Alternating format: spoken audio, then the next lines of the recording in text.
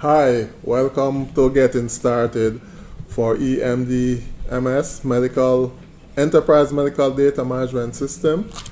Now, I'm hoping that you would have gotten a chance to visit our website and take a look at the introduction to see what exactly we are about. But just to recap, the medical data management system, we're trying to get rid of that paper folder that every doctor carries. Every customer, 15,000 customers, 15,000 folders. We're trying to automate that process, so everything is now digital. Everything is stored on your server in the cloud, where storage cost is much cheaper than physical storage. Now, our system requires a password for the admin user, which would have been created in setting up your MongoDB. So you are prompted for that password, because we don't know that password, whoever did your initial installation, unless of course you want to outsource that to us. We would be glad to set up your database, your backend database. So we create an admin user in that database with the relevant privileges, and once you rev up the application, you're now prompted for that password, because we wouldn't be able to hard code that password for you. So the technical team will be asked to enter that password. Now, if it is that they enter a random password which is incorrect, submit, the system will say, oh, this is wrong, so you need to enter the correct password. So let me go ahead and enter the correct password. So this is for my lab. This is my personal password. It will be different for you. So once I enter the correct password, I'm greeted with a login screen. Now this is where the fun begins. So during that initial setup, initial configuration, a super user was created in the back, and I know the password for that super user, but you don't. So once you subscribe, of course we'll share that super user password with you. So I'll go in and log in as that super user, and that should be sys. And the password, yeah, I didn't say it out loud. Alright, so once we enter correct username, correct password, we are greeted with that company detail pop up. So the first thing the system does, is there a record, the company record? If there's none, you'll be greeted with that password, that prompt. So let me just, okay boss, I saw that pop up. Now I have the option here to go ahead and add the company detail, or I can ignore it and close. So let me close for now. So this basically is the dashboard. We have today's waiting list. This will be a customer's waiting to be seen by a doctor.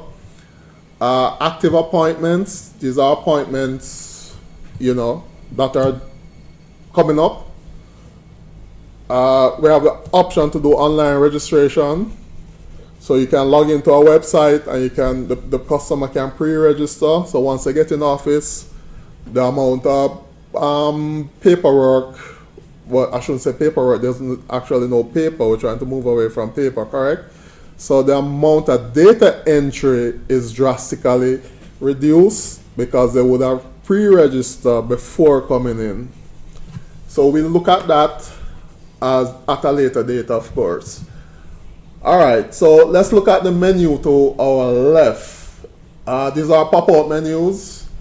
First one, configuration, import data, database, password, logout, exit. We'll go through in stages. Configuration.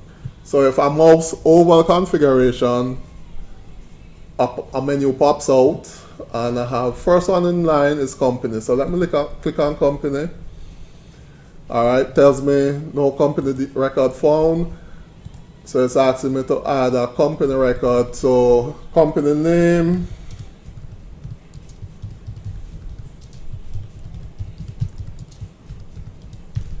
pretty much similar to your data entry, that you would do in using other applications. So my street,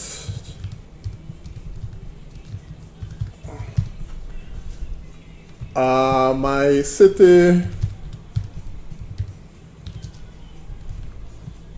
my parish, the good old St. Andrew, who's the contact. Dr. Morant is my contact. Company GCT in our jurisdiction, we call it GCT number. In your jurisdiction, it might be another name. We can always customize, so bear that in mind. So that's my GCT number for the company. What's the telephone number? 10 digits. Fax, we're moving away from fax, but some people still carry fax. So we're trying to appease everybody. Is that 10 digits? Let me see. Okay, I'll let Mr. 10.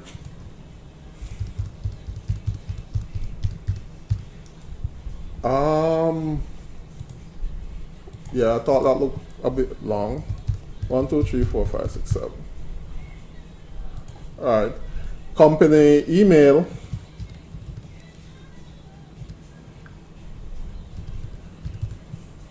At Yahoo.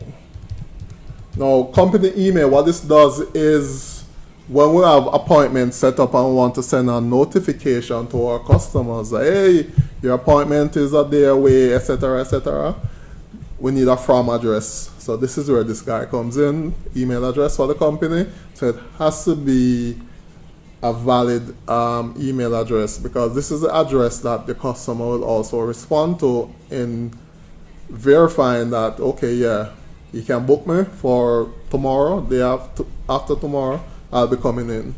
So this has to be a valid email address. So we eyeball, everything seems correct, we can submit. All right, that was successful. Now we had a generic name here. Now because I just added that company record, if I were to log out, and you notice I now have a non-generic, I have a unique company name. So I can log back in as my super user.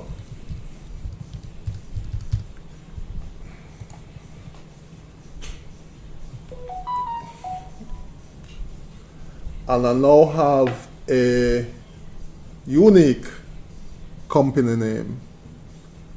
All right, interest of time, let's move forward. Okay, mouse over again. I see company, we did that already, doctor. If I click on that, I have the option to create a doctor. Now, there are no doctors in the database right now, so the grid is empty.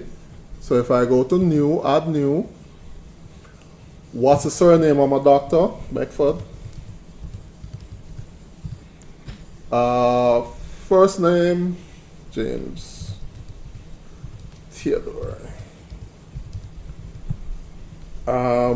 We must have a unique username, so let's call that Dr. JAMEST. Just to be unique. If it's not unique, we'll let you know. James must have a valid telephone number. What's his specialty? Is a family physician. James has an email address. So that's it for the doctor.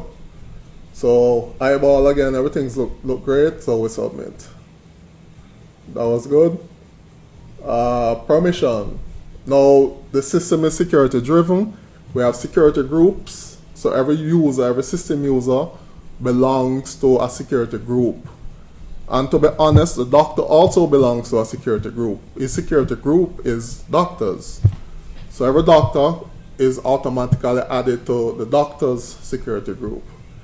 Now, for system users, we need to configure the security group. What can they do from the different groups? So we have 1, 2, 3, 4 predefined security groups, and we have 1, 2, 3, 4, 5 predefined permissions. So if I'm in the admin group, I'll be doing system setup, which is what I'm doing now. Add modifier record, nah, don't want him touching my customer records. I don't want him printing my customer reports. Database backup, yes. Database restore, yes. If I'm in the managed group, these are the managers. Yes, they can add some records. They can print records. They can do backups, but no restore. Database restore should be left exclusively for your admin users, because you actually have to connect to the physical server that the database resides on. So right now I'm using a workstation. So I'm using a workstation to access the database which sits on another machine. So in order to do a restore, I would need access to that other physical machine. So a regular user can't do a restore. It has to be an administrator with the know-how to connect to that remote machine, how to execute the restore. So database restore, you won't see that being assigned to any regular user. Data entry, yes, and I want you to do backups also. Reports, because once you make changes to the database, you want to be able to back up those changes. So reports now, if that person is just printing, just generating reports, they're not changing anything within the database. So they don't really need to be able to do a database backup. I will submit. Well, this is for my lab, this is for my environment. Your needs might be different, so to each his own basically. So let's submit that. And that was added successfully. Now we can create a user, because every user must belong to a security group. The doctor is also a user, their security group, doctors. Let's add new, no user, submit, username, David, Michael. Take out that N. And remember we say username unique. So let's be formal as a family. So we use first name. And let's say David M, just in case we have another David. David has a phone number. Security group, David is a manager. Email.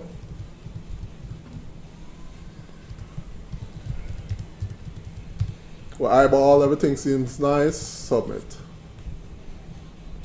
Alright, let's create another user, because there's a point I want to bring across. So the grid is now populated. We have the username, last name, first name, David. We can edit this record. So we can click on edit, make changes. You notice I can reset David's password just in case I forget. Well, eventually people do forget, come back from vacation, don't remember password. We can reset it to the system default, which is ABC123. Or we can set the user inactive. They won't show up on any other grid. They can't log in because they're inactive. We can do that. You're going off on vacation, you don't want somebody using your username and your password. Well, your username and password should be unique to you, of course, especially a password, but things do happen. So I'm going out on vacation, I'll just deactivate my account so nothing will get logged on to my username and password. And if notice the system status, the account is actually unlocked. What that means is if after 3 unsuccessful attempts to log in, the system will automatically lock your account. And an administrator will have to go in and unlock the account. Well, they unlock it by just resetting the password. So, that's how we basically manage people trying to hack your username and password. Alright? So we're not making any changes here, so we can cancel, but we said we wanted to add another user just to look at some of the functionalities of the grid. So I'll quickly do this one. Samantha.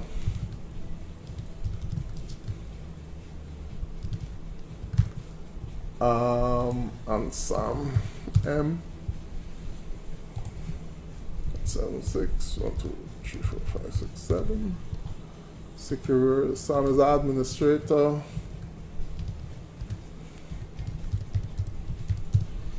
So we eyeball everything seem correct, we submit. That was done nicely. Alright, so if we go back to our user grid, now we have 2 records, but think of this as I was about to say 200, but let's be realistic. 20 records then. So we have 20 employees in the organization. Now, if it was I wanted to edit a record, I would probably have to go through pages and scroll through the different pages, probably tell it, okay, put 100 records per page, just leave it at 10. But we have a search window here, or a search bar. We can enter a search string. So if it is that I wanted to see all my users with last name Dennis,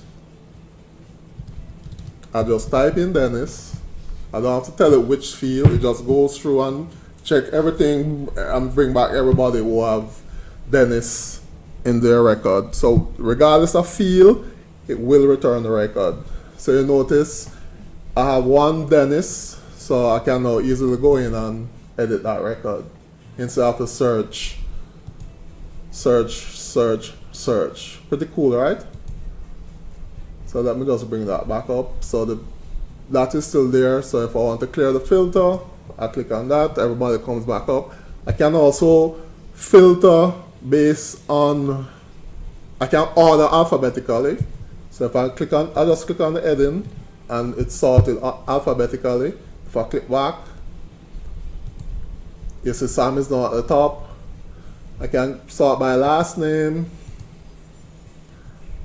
So we have this functionality also. I can sort by the security group, so I can get all the admins, looking at all the admins, all the managers, all the data entry personnel, and I can sort by security groups. Pretty cool. Alright, so I can close that. Alright, so we looked at company, doctor, permission, user. So we finished with configuration. Import data. Now, if it is that you're moving from a paper-based system to an electronic system, we're assuming that you have 1,000, 10,000 customer records to be imported. So it would be grossly inefficient for somebody to sit and manually enter all of that data. So what we did was to include a import data module to basically remove that monotony and add some amount of accuracy to the whole customer data. Because you sit down, you're trying to enter 1,000 records, you will make mistakes. But not to say you can't make mistakes when you're creating the tables for the import. But you can always eyeball a second party eyeball that customer list just to ensure accuracy. You're doing data entry, nobody is doing that, follow up. You just data entry, enter into the database. So we added an import data module, so we can import customer data, examination, diagnosis, lab work, medication, symptom, treatment.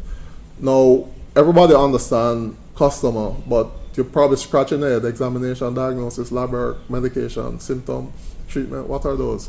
All right. We tried very hard to add some intelligence to the application. I wouldn't say it's AI like we get to the big search engines, but we try and incorporate some amount of intelligence. So if it is that you present a symptom, chesty cough, we are able to, okay, all right, what are the diagnoses with chesty cough? It could be that they're having the flu, COVID, etc., etc. So we try and add that intelligence to the application. So these are the tables that basically contains the different options, or yeah, the different options based on symptoms presented. So based on symptoms presented, we can say, all right, we apply XY medication, we apply XY treatment. It's not foolproof, it's not fully populated, but it's a start. So it's something that you can build on. You can add your own diagnosis based on symptom. You can add your own treatment based on symptom. That flexibility is there. So we'll just go ahead and import the different tables. So like I said, the customer table, a pretty straightforward interface. You need to select a CVS file, customer. Now you notice this name here, customer, matches with what's in the heading. That's important because the tables are created based on the name of the table. So my customer comes from a customer CSV we process. Alright, so it's a two-prong approach. We upload the table and then we process it. So that first prompt where you saw, the table was imported successfully but not yet processed. So once it's processed, we get the second prompt. And we click on OK. We move to the next table, examination. Examination, open, process. Two-step, we're up OK, we process OK. Now we found a couple duplicates. So we didn't process them, we processed other records but not the duplicates. So we give you a file, you can just go in and look at it and see where the duplication occur and make the necessary correction. So we can close that, diagnosis,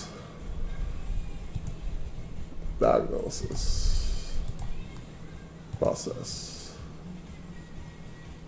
I don't have to click on that first prompt. It will be overwritten by the second prompt. But if it was that there was an error with the processing, that second prompt wouldn't appear. So our first prompt will be there, and then we'd have to treat that particular error. So if it is that you're talking while you're doing the import and you're not sure where you are, you can just drag this import window. Oh, I'm doing lab right now, so click on lab work, open, process. Yeah, I don't have to click on that guy. Alright, so if there was a problem with the processing, the first prompt would still be there. So medication, process. A couple duplication, but same reasoning that we apply to that. We find out what the duplicates are, we fix it, and we do a re-import. Symptoms. Am I on symptoms? Yes. Open. Process. So when we come to the medical examination now, it will make more sense. Alright, so we found a few duplications. So we still process the major files, but the duplications, we skip it. We give you a file, you can look at it and see where the duplication occurred and do your necessaries. The last one is the treatment. So like I said, when we're doing the examination, this will make more sense. Because right now it seems way out, but don't worry yourself, please. Alright, so that's it. The import. We import all the data, customer data, and all the different treatment tables and diagnostic and all of that table. Database. Once you make changes to your database, you want to preserve those changes so you can run a backup. So you just click on the backup and it goes through, and all the tables that are there, and it do a backup to the server, to the main server. So that is why I was saying to do the restore now, you would have to have access to that main server. So if it is a server as in the cloud, you would have to make arrangements with your cloud provider to grant you access to that server so you can do a restore. But that's something we can discuss after. So we did a backup, all my files got backed up, all of them were dumped into this file, got my big OK, so I'm good. So these are all the system files, diagnostic files that are just imported by user, treatment, lab work, medication, customer. Password. If I want to change my password, which I don't want to at this point in time, but this is where I would go. Current password, new password, confirm password, submit. Not changing, so we can cancel that. Logout, I showed you logout a while ago. You log out basically, you're finished for the day, or you're breaking for lunch, you log out. Oh, I should add that there's an automatic logout if after 10 minutes of inactivity, the system will automatically log you out, close all the files, and do the necessary background housekeeping, and log you out.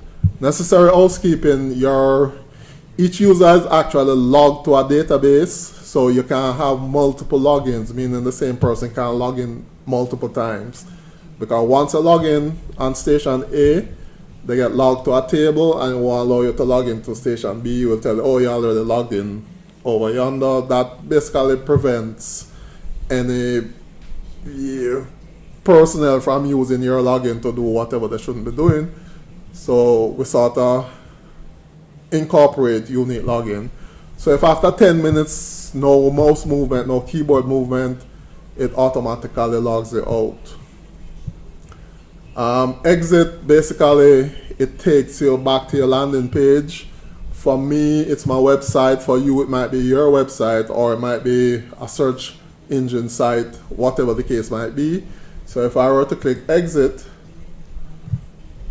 it takes me back to my website, and this is what I was mentioning. We have a link to the Enterprise Medical Data Management System, and so this is what I was saying in the intro. You basically, this is what we're about.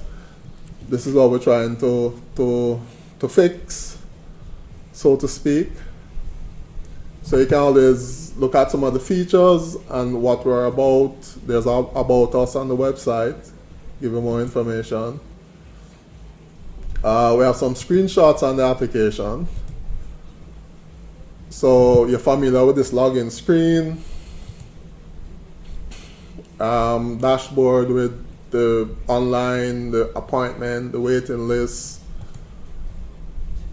This is medical examination. We have an avatar, basically, so you click on a particular body part and then all the symptoms would pop up. If a symptom is not there, you can always add it on the fly, that sort of thing.